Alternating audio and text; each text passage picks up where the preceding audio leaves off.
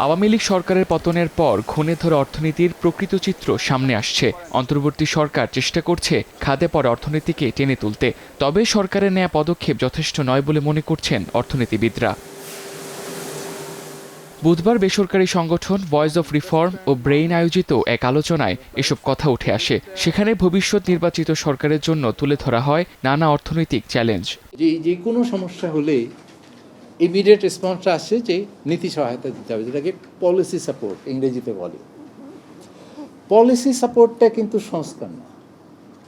Policy support একটা pain কিলারের মতো, যে আপনার একটা রোগ হয়েছে, সেটাতে ব্যথা বেড়েছে, সেই ব্যথাকে প্রশমিত করার একটা সাময়িক হচ্ছে একটা পেইন কিলার দিলাম, কিন্তু চিকিৎসাটা না করলে রোগটা সারবে না। এই পলিসি সাপোর্ট দিয়ে ওই চিকিৎসাটা হবে না। রোগ চিকিৎসা হয় যদি স্ট্রাকচারাল রিফর্মটা হয়। অর্থনীতিবিদ ফাহমিদা খাতুন বলেন, কর্মসংস্থান না বাড়া ও মজুরি বৃদ্ধির হার কম হওয়ায় মূল্যস্ফীতি কমার সুফল পাচ্ছেন না সাধারণ মানুষ। শ্রমশক্তি জরিপ 2024-এ যেটা আমরা দেখলাম, যে সেইখানে কিন্তু শ্রমশক্তির একটা সংকোচন হয়েছে। 1.74 মিলিয়ন কমেছে কর্মসংস্থান, এবং এর মধ্যে আবার 1.64 মিলিয়ন কর্মসংস্থান কিন্তু নারীদের কমেছে।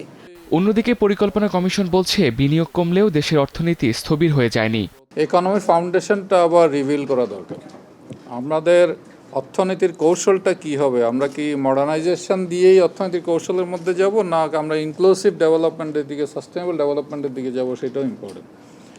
বর্তমান সময়ে আমি বলবো যে অর্থনীতির ফাউন্ডেশনটা রিভিল করার চেষ্টা হচ্ছে। আগামী নির্বাচনে যারাই সরকার গঠন করুক, অর্থনৈতিক সংকট মোকাবিলাই হবে সবচেয়ে বড় চ্যালেঞ্জ, এমনটাই বলছেন অর্থনীতিবিদরা। Tamjid Ahmed, star news, Dhaka.